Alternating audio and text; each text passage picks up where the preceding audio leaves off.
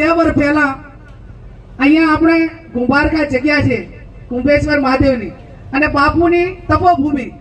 હું કુંભેશ્વર દાદાને પણ આશીર્વાદથી એટલા માનું ને બાપુ ઉપર પણ મને શ્રદ્ધા ખૂબ.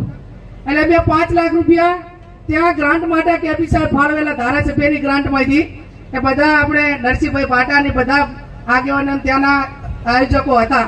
કીધું ભાઈ મને વોટ હાથે આને ના હરખાવો, કુંભારકા ગામ વોટ મને આપે કે ના આપે ને આને વોટને મારે કઈ લેવા દેવા નથી, પણ આનંદ પ્રકાશ બાપુને માનું છું, કુંભેશ્વર દાદાને માનું છું. એટલે આ 5 લાખ રૂપિયાની ગ્રાન્ટ હું ફાળવું છું. 12 મહિનાથી વહીવટી મંજૂરી બધું આવલ પડ્યું, પણ ત્યાંનો સરપંચને શું કે ખબર હે કે ગેનીબેનની ગ્રાન્ટ છે એટલે અમારે વાપરવી નથી. આ વિચારધારા તમે એમ માનો એમ. હવે જે ગ્રાન્ટ તો ગેનીબેનની નથી, સરકારની છે, ધારાસભ્ય પદની છે. હવે આ ગ્રાન્ટ જોડે આટલી નફરત થતી હોય તો અહીંયા અમારી જોડે કેટલી નફરત હશે એવી તમને 2 હાથ જોડીને વિનંતી કરવા. જો ગ્રાન્ટ ઉપર આટલી નફરત થતી હોય તો અમારા તમારા ઉપર કેટલી નફરત હશે એ એક નજરે ચોટીને એક આમ આંખે ઉડીને આવે એવી વાત છે. અને એટલા માટે મેં આઈના આગેવાનોને ભાઈને આસારામને કીધું હતું કે આ બાપુની જગ્યા છે ભાઈ, તું થોડુંક રસ લઈ અને આ કામ કર. પછી એને અકળાતા મને કીધું. એટલે આવું કઈ વિચારે અને એમને જેના જે વિચારો છે એમના વિચારો એમને મુબારક. ગ્રાન્ટ માટે કોઈ વ્યક્તિની માલિકી હોતી નથી, સરકારની લોકોના ટેક્સના પૈસાની.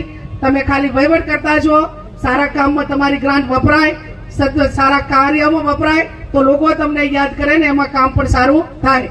એટલે આ જગ્યામાં 5 લાખ રૂપિયા બાપુના નામે જે કઈ તમારે આયોજકો કે જે કઈ કરવાનું થતું હોય એ સાથે મળીને કરજો. લોકસભાની ગ્રાન્ટનો લેટર મને સરકાર જાણ કરે એટલે એટલી ખાતરી આલું છું કે પહેલો લેટર આ જગ્યાના નામનો લખાઈશ. પહેલા હું 6,000 દીધી હતી, બીજી વખત 15,000 દીધી. તો ગાયોના અને પારીવાના અને શિક્ષણના આશીર્વાદ એ મળ્યા એટલે સેવાના ભાવાર્થે કોઈ પણ અપેક્ષા વગર 4-5 પછી કોન્ટ્રાક્ટરો નારાજ થાય તો થાય, પણ જે પરોપકારી કામ કરવું પડે એક સત્તાસ્થાને એ હંમેશા કરવા માટેના પ્રયત્ન દરેક આગેવાનના હોય છે. એમાં વિશેષ મેં મારી રીતે જેટલો પ્રયત્ન થતો હતો એટલો કર્યો.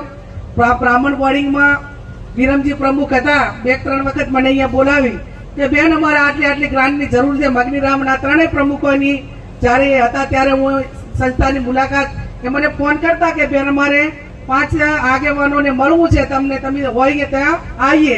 મેં તો તમારે આવવાનું ના હોય, તમે જ્યાં બેઠા છો હું અહીંયા આવી જાઉં. જેટલી ગ્રાન્ટ બોર્ડિંગમાં માગી મારી પાસે અને જેટલી કીધી એટલી તમામ ગ્રાન્ટ એ બ્રાહ્મણ બોર્ડિંગના શિક્ષણ માટે પણ મેં મારાથી જેટલી મદદ થતી હતી એટલી કરવા માટેના પ્રયત્નો કર્યા છે. નાના મોટા વ્યક્તિગત કામોમાં જેટલું થાય એટલું સારું કરવા માટેનો પ્રયત્ન કર્યો છે, પણ 5 પછી ભેગા બેહે એ વિશેષ પ્રયત્ન